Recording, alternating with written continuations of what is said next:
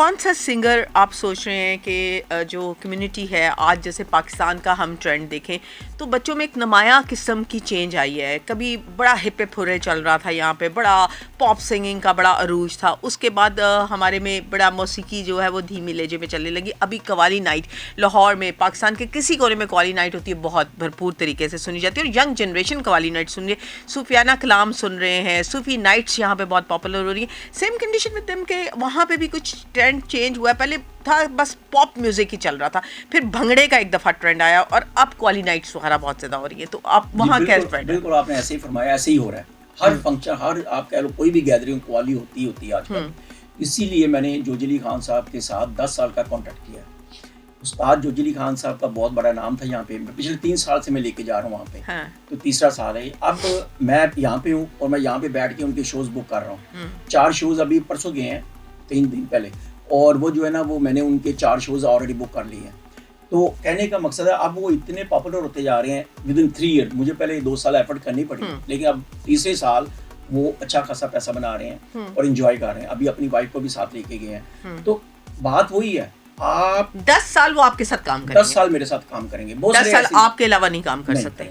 पूरे north America में किसी जगह पे वो काम नहीं करेंगे। ये एग्रीमेंट, रिटन एग्रीमेंट सारा साइन हुआ है और विटनेस हम डालते हैं। और आवाज की क्या गारंटी है कि 10 साल उनकी आवाज भी वैसी ही रहेगी जो आज जोश जज्बा है, जिस तरह आज वो राग लगा लेते हैं वो 10 साल बाद भी लगा लेंगे। ये तो फिर अल्लाह पे डिपेंड करता है, यानी कि जुआ ही खेला है आपने। हाँ, वो तो है। लेकिन वो ये ना, काम करेंगे तो उनको मिलेंगे, नहीं करेंगे तो नहीं मिलेंगे, ये तो पक्की बात है।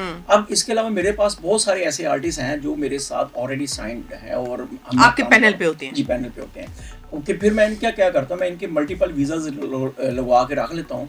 कभी भी कोई जरूरत पड़े, उनकी किसी जगह से डिमांड है। मीन बाय रख लेता हूँ, पासपोर्ट आपके पास रहते हैं? नहीं, वो वीज़ा लगवा के उनको दे देता हूँ, जब आप वापस भेज देता हूँ, अभी आप वापस आ जाओ पाकिस्तान, बेशक कोई बात नहीं, अगर फैमिलीज इधर है उनकी, तो फिर वो यहाँ पे रहते हैं और जब भी मुझे जरूरत पड़े टिकट भेजनी है तो वहाँ पे बुला लेना है। ठीक है। तो वीज़ा लगवाने के चक्कर में नहीं पड़ता मैं। फिर अदरवाइज जो है ना, फिर अगर कोई नया सिंगर मैंने रखा है, लेके जाना चाह रहा हूँ, फिर उनका वीज़ा लगवाना, उनका वहाँ पे रखना, बैठना उठना, हर चीज़ का ध्यान रखना होता है।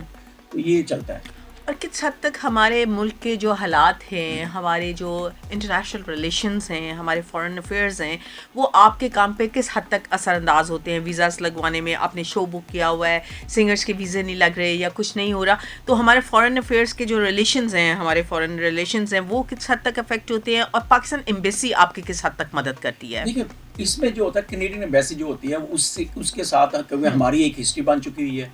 मैं पिछले 22-23 साल से ये काम कर रहा हूँ, तो वो लोगों को पता है, अभी सारे जो भी कैनेडियन एम्बेसी वाले उनको सबको पता है हमारी वो हिस्ट्री। पहले सबसे पहले हमारी वेबसाइट देखते हैं, फिर हमारे बारे में जानना चाहते हैं। फिर मैं उसके साथ उनके जो पेपर वर्क देता हूँ, वो एफिडेविट देता हूँ साथ, फिर स्पॉन्सरशिप लेटर देता हूँ, फिर होटल की बुकिंग देता हूँ। ये सारी चीज़ें साथ लगा के जब मैं भेजता हूँ वीज़े के लिए, तो उसकी वजह से बड़े आसानी के साथ हमारी कंपनी के, मैं शाह एंटरटेनमेंट की बात कर रहा हूँ, उस पर वीज़े लग जाते हैं। बाकी जो है दूसरी कंपनियां काफ़ी स्ट्रगल कर रही हैं आजकल, उनको मुश्किलें आ रही हैं। हमें अभी तक थैंक्स गॉड, क्योंकि हमारा रिकॉर्ड सही है, जब भी कोई नया आर्टिस्ट वहाँ पे उतरता है, मैं उतरते साथ ही उसका पासपोर्ट ले लेता हूँ।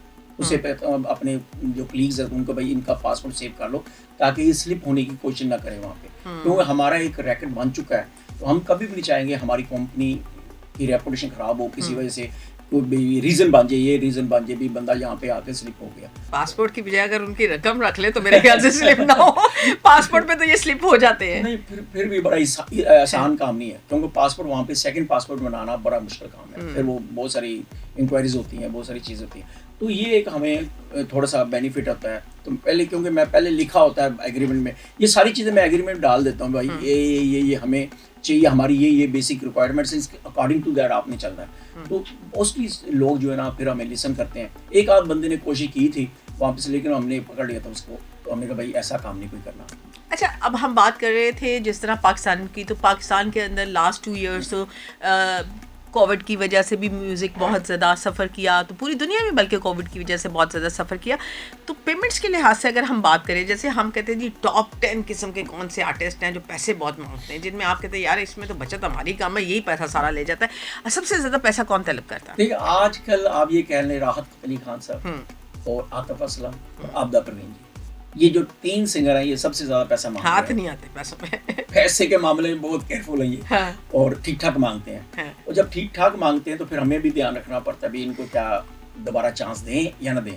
तो हमने सारी कैलकुलेशन पहले पेपर पे हम सारा कुछ लेकर आते हैं, भाई ये करेंगे तो इसका टिकट कितने की बिकेगी, लोग कितने आएंगे, फिर हमें क्या फ़ायदा होगा, हमारा खर्चा कितना, हर चीज़ हम पेपर पे लिख लेते हैं। फिर उसके मुताबिक हम सारी चीज़ें डिवाइड करते हैं और उसको लेके चलते हैं। तो मैं पहले जैसे जिक्र किया, मैं इसको बिजनेस समझ के करता हूँ, मैं इसको शो समझ के नहीं करता। अगर मैं इसको शो समझ के, शो प्रमोटर जो होते हैं वो बड़े शौकीन लोग होते हैं, वो कहते हैं अच्छा जी बस हमारी बल्ले बल्ले खाली हो जाएगी, ये हो जाएगा, वो हो जाएगा। जो लोग वो सोच के करते हैं तो उनको हमेशा लॉस होता है। अच्छा, आज हम बातें करें ना, तो हम कुछ ऐसी बातें करें जो बहुत ज़रूरी हैं। बहुत सारे लोग शायद प्रमोटर बनना भी चाहते हों और उनके यहाँ पे कॉन्टैक्ट्स भी हों। न्यू जनरेशन के, आपको पता है, बड़े बड़े सिंगर आजकल तो वो कहते हैं इट पुट्टे सिंगल नहीं कर रहा है, तो वो बनना भी चाहते हो। तो हम अंदर की बातें भी इस वजह से आपके साथ करें। जो लड़कियां हमारी फीमेल आर्टिस्ट हैं या कुछ लोग लड़के भी में भी, उनके बारे में जो प्रमोटर्स के साथ मेरा एक्सपीरियंस है वो ये कहते हैं कि जी बड़ा जी अम्मी का वीज़ा भी चाहिए, तो बहन का वीज़ा भी चाहिए, भाई का भी चाहिए, 4 तबले वाले भी होंगे उनका भी चाहिए। तो ये किस किस्म का कल्चर बन चुका हुआ है। और अम्मी को भी फर्स्ट क्लास की टिकट देनी है, मुझे भी फर्स्ट क्लास की टिकट देनी है, मैं यहाँ नहीं रहूँगी, मैं वहाँ रहूँगी। ऐसी फरमाइशें कैसे पूरी करते हैं, या कि पहले यहाँ पर ही कॉन्ट्रैक्ट सख्त साइन किए जाते हैं? देखिए ये बात वही है, अभी अगर कॉन्ट्रैक्ट आपका सही हो गया, आपका प्रॉपर आपने साइन कर लिया, मैं ऐसे किसी बंदे को लेके नहीं जाता जिसका नखरा बहुत ज़्यादा हो, सीधी सी बात है।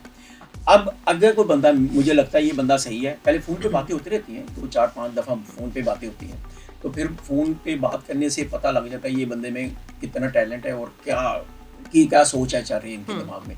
जब वो कहे ये भी करना, ये भी करना, ये भी करना, तो फिर मैं कहता हूँ थैंक यू वेरी मच, मुझे नहीं चाहिए आप। तो ये एक बहुत बड़ी सिंगर है, फीमेल सिंगर है, मैं नाम नहीं लूँगा। ले नाम, अब तो आज तो सब कुछ ओपन है। वो रहने दे। वो कुछ अर्सा पहले ना मैंने उसको लेके गया, वो अकेली गई थी। अब उनका नाम चल पड़ा, जब नाम चल पड़ा तो बाद में वो कहती जी मेरा बच्चा भी जाएगा, मेरा मियाँ भी जाएगा, मेरा भाई भी जाएगा, मेरे ये म्यूजिशियन भी जाएंगे, 8-10 लोग मैं लेकर आऊँगी।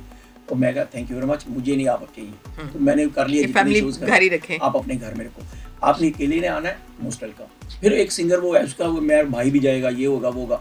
उसको मैंने कहा तूने अकेले आना है, कहती हाँ अगर मजबूरी हो तो मैं अकेले आ जाती, मैं आप आ जाऊँ। मैं उसे अकेले को ले गया लास्ट ईयर।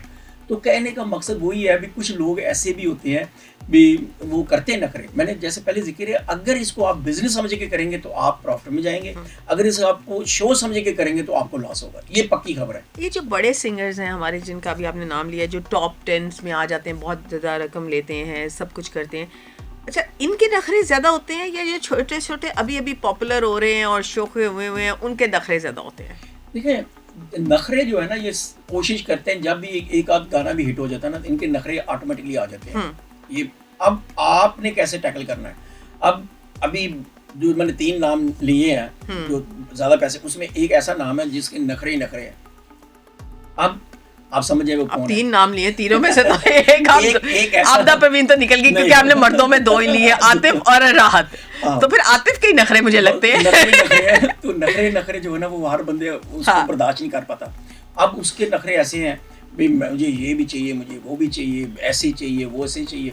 अब वो बंदा, जो लोग जो शो करने के चक्कर में होते हैं, चलो पैसे बनाएंगे, ये करेंगे, अब वो तो वो पूरे करते रहते हैं, लेकिन हमारे जैसे जो सीनियर प्रमोटर होता है, जिन्हें प्रोफेशनली लिया हुआ इन कामों को, वो नहीं बर्दाश्त करता। इसलिए मैंने अवॉइड ही करता रहता हूँ ऐसे नखरे वो लोगों को। मैं कहता हूँ थैंक यू वेरी मच, आप अपना काम करें, हम अपना काम करते हैं। तो ये सिलसिले चलते ही रहते हैं। साल में कितने शो आप एवरेजली सोचते हैं कि मुझे करने, टारगेट क्या करते हैं? जैसे अब नया साल शुरू हुआ है, 2025 आ रहा है, तो आपके जहन में क्या होता है? टारगेट बनाते हैं, कोई गोल्स बनाते हैं कि इतने शोज तो एटलीस्ट मुझे करने ही करने हैं। हम होते हैं ना, हमारी चीज़ें होती हैं, हम कहते हैं इतने पे हमारे ओवरहेड्स पूरे हो जाएंगे, इतने पे हम प्रॉफिट में चले जाएंगे। तो आपके जहन में क्या होता है कि साल में कितने शोज हो तो आप फील रिलैक्स? देखिए ये होता क्या है, इसमें हमने जैसे एक शो तैयार किया, ठीक है। अब वो एक शो, कहने को एक शो है, लेकिन वो एक शो नहीं है, वो हम 10 सिटीज़ में वो सेल कर देते हैं। एक सिटी में खुद करवा लिया, जैसे मैं टोरंटो में बेस में हूँ, मैं लास्ट 30 ईयर्स से टोरंटो में हूँ, ठीक है। अब एक वो टोरंटो में खुद कर लिया, बाकी सिटीज़ में मेरी कोशिश होती है मैं सेल कर दूँ। ओके। हाँ, वो ऑलमोस्ट मेरा शो फ्री पड़ जाता है। उसमें स्ट्रगल तो होती है, मेहनत होती है, सारा कुछ होता है, लेकिन उसके बाद जो होता है वो लेस एडिक, वो जो आपका शो होता है वो आपका प्रॉफिट होता है, वो प्रॉफिट है। ठीक है, बाकी वो सेल कर दी है, वो तकरीबन जो अगर उनको फिर भी प्रॉफिट उसमें भी मैं चला बिल्कुल जाता हूँ। मुझे याद आया पिछले दिनों मुझे एक प्रमोटर की कॉल आई कि जी स्टीरियो नेशन मेरे पैनल पे है, वो आया हुआ है तो तुमको शो छोटे मोटे जितने का मर्जी पकड़ लो, हाँ जी। जितने का मर्जी पकड़ लो। मैंने कहा स्टीरियो नेशन जितने का मर्जी पकड़ लो, फिर वो इसी चक्कर में होंगे कि उन्होंने अपना प्रॉफिट निकाल लिया होगा, ऐसे अब सारा ऊपर वो चल रहा होगा। यही होता है। तो मेरा जो ना रूटीन मेरी यही होती है, अभी उसमें मैं उसको फोकस करता हूँ, बाकी सिटी से जो मैं सेल करता हूँ तो मुझे वो प्लस है, वो आप ये कह लें। तो एग्रीमेंट आपका वैसे भी उनका मंथ का या 2 मंथ्स का आपके साथ ही मेरे होता है, साथ तो होता है उनको सर। कोई एतराज नहीं होता। वो वो बिल्कुल और अब जो एक और चीज़ ये ज़रा लोगों के लिए इंटरेस्टेड होगी कि लाइक मुझे ये बताइए, लास्ट में उन्हें आपने पैसे दे दिए, अब वहाँ पे ऐसे लोग भी होते हैं जैसे राहत अगर बैठे हुए हैं तो लोग पैसे फेंक भी रहे होते हैं, वो पैसे प्रमोटर लेके जाता है या वो पैसे सिंगर लेके जाता है? वो सिंगर के पैसे होते हैं, वो मोस्टली जो ऐसे लोग होते हैं जो पहले हम कह देते हैं भाई वो सारे पैसे तेरे, वो उसकी वजह से वो थोड़ा सा वो हमें डिस्काउंट भी दे देता है ना। और कहता हाँ, है वो भी पहले अच्छा, बातें सेट हो वो जाती सारी हैं बातें पहले कि उतो जड़े पैसे होंगे वो तेरे सारे। वो सारे थे, लेकिन हमें ये इससे ज्यादा हम अफोर्ड नहीं कर पाएंगे। वो कहता ठीक है चलो वो सारे अगर पैसे मेरे हैं, लेकिन वो पैसे बहुत लोग पैसे बनाते हैं। लेकिन अगर एक ऐसा भी तो हो सकता है ना कि आप एक ऐसी कम्युनिटी में ले गए, फर्ज करें वो एक नुसरत फतेह अली खान साहब कहते होते थे कि भी ऊपर से बारिश भी तो हो सकती है, पैसे नहीं आए, बारिश होगी, शो ना हुआ तो फिर क्या होगा, तो पहले ही मेरे पैसे रिजनेबल सेट करो। तो सेम कंडीशन के आपने एक पैसे उससे डिस्काउंटेड रेट पे ले लिया, उसको बुक कर लिया, बट वो उसकी तवक्कुआत के मुताबिक उतने पैसे नहीं हो सके, तो फिर वो दोबारा रीबार्गेनिंग होती है? नहीं, वो जो लिख दिया पेपर पे, ये किस्मत लिखी गई, हाँ, अब नहीं बदली जाएगी। मैं उसे बार बार ही कहता हूँ भाई ये लिख दिया। हाँ। अब मैं जब यहाँ पे मेरी पूरी टीम है यहाँ पे पाकिस्तान में भी, मैं उनको मेक श्योर करता हूँ भाई उनको ये मेरी रिक्वायरमेंट्स हैं, इसके मुताबिक एग्रीमेंट तैयार करो और इसमें साइन करवाना है। फिर अंगूठे तक हम लगाते हैं भाई ये तेरी रजामंदी के साथ, फिर विटनेस 2 डालते हैं भाई ये 2 विटनेस के सामने तू साइन कर रहा है, तो वो फिर वो बाउंड होता है। मेरा नहीं ख्याल वो एक आध बंदा ही ऐसा होता है जो ऐसे फिर हिलता है, कोशिश करता है, लेकिन ज्यादातर वो यानी कि तड़पता है, बिन आब मछली तड़पती है। अच्छा, कोई ऐसा इस शोबिस के हवाले से, आर्टिस्ट के हवाले से आपका अनफॉरगेटेबल मोमेंट्स जो बहुत दिलचस्प वाक़या और आपको याद रह गया हो कि हमेशा आप सोचते हो और उससे होते भी हो कि यार तब ये हुआ था अब ना हो, कौन सा ऐसा वाक़या आपके ज़हन में हमेशा गूंजता है और आप पाकिस्तान आते हैं अपने दोस्तों के साथ भी शेयर करते हैं या किसी भी कंट्री में आप लोगों के साथ शेयर करते हैं? देखिए मैं 2016 में आफ्ताब इकबाल साहब को लेके गया और उनकी पूरी टीम, जिसमें नासिर चनोटी था, फिर आगा माजिद, हनील बेला, बबू राना, रूबी अनम, ये सारे लोगों को मैं लेके गया। 2016 की बात है। ऑल आर स्टेज आर्टिस्ट और तब आफ्ताब इकबाल साहब का शायद शो भी चलता था, खबरदार था उन दिनों में उनका नाम। तो इनको लेके गया जब, और ये इतना मैंने क्राउड इकट्ठा कर लिया। फॉर द नेम ऑफ खबरदार ही लेके गए थे आप? ठीक है। और इतना क्राउड इकट्ठा कर लिया और 5 मिनट तक उन्हें सारे क्राउड ने खड़े होकर आफ्ताब इकबाल साहब को वेलकम किया। तो क्या कंडीशन थी आफ्ताब इकबाल की? आफ्ताब इकबाल साहब देख के क्राउड हैरान हो गए, कहते ये तूने क्या कर दिया। तो वो मुझे अभी तक नहीं भूलता, वो कहते मेरी जिंदगी में इतना क्राउड मैंने नहीं देखा जितना तूने इकट्ठा कर लिया। तो कहने का मकसद ये है, ये एक बहुत बड़ी बात थी उनके लिए। अच्छा, पाकिस्तान में भी बड़ा पॉपुलर था कि जी आफ्ताब इकबाल बाहर जाके वो खबरदार शो कर रहा है और बड़ी शहरों के अंदर हो रहा है और बड़ी जगहों पे हो रहा है, काफी ज्यादा इसके बारे में सुना जाता था। वो मैंने ही करवाए थे सारे। अच्छा। 2016 में 32 शोज किए थे हमने टोटल। अभी यूट्यूब पे पड़े हुए हैं, खबरदार डालेंगे ना तो अभी भी आपको 32 शोज मिलेंगे। तो वो सारे के सारे शोज मैंने ही करवाए थे। और कितनी देर में, कितने टेन्योर में ये कंप्लीट कर लिया था? 40 डेज में। विद इन 40 डेज आपने रिकॉर्ड कर लिया था इसको? सारे कंप्लीट। और ऑन एयर वही चैनल कर रहा था या आपके पास राइट्स थे? वो उनके पास राइट्स थे, उनके पास राइट्स थे, एक्सप्रेस वालों के पास। ठीक है। तो उन्होंने वो सारा किया था, ये शोज लेके चले थे। फिर उन्होंने हमें पे भी किया था, रिकॉर्डिंग वगैरह का कुछ किया था, इस तरह का सेटअप था हमारा। यानी कि आप 2 हाथी कमा रहे थे। इत्तेफाक था वो। अच्छा, अपनी कमाई को आप इत्तेफाक कह देते हैं, सिंगर्स की कमाई को आप मेहरबानी अल्लाह ताला की कह देते हैं और वो कह देते हैं। अच्छा, आफ्ताब इकबाल के साथ कुछ करने जा रहे हैं नया? जी, ये एक टोटल सरप्राइज है। अच्छा, और नई चीज फॉर कैनेडियन नेशन और फॉर पाकिस्तानी नेशन, ये मिक्स है। एक्चुअली हम क्या कर रहे हैं, एक मूवी बनाने जा रहे हैं और जब वो मूवी बनने जाएगी, अब आप खुद हैरान हो जाएंगे जिस लेवल की मूवी बनने जा रही है। ये जबरदस्त एक नई history Punjabi movie. Is it Aftab Iqbal is looking like a hero और वो हीरो के तौर पे आ रहे हैं? हाँ, वो ऐसे वो डायरेक्टर काम करेंगे, मैं as a producer. Okay, as director. Okay, done. तो वो हिसाब से उसको मूवी को लेके चलेंगे। और उसमें जो हमने टीम कास्ट की है, who is the writer of that movie? वो खुद ही उन्होंने राइट उन्होंने खुद राइटर राइट इंटरेक्टर और क्या मेन फोकस किस चीज़ पे रखा है आपने, क्या थीम लाइन क्या उसकी? ये एक्चुअली सरप्राइज है, टोटली अच्छा, सरप्राइज है। अभी तक ये surprise मैं दुबई जा रहा हूँ हाँ। 21 को, और ठीक वहाँ है। पे मेरी मीटिंग्स है, इसी सिलसिले में हम फाइनल करने जा रहे हैं चीज़ें। तो इंशाल्लाह 21 को शायद हम पोस्टर रिलीज कर दें।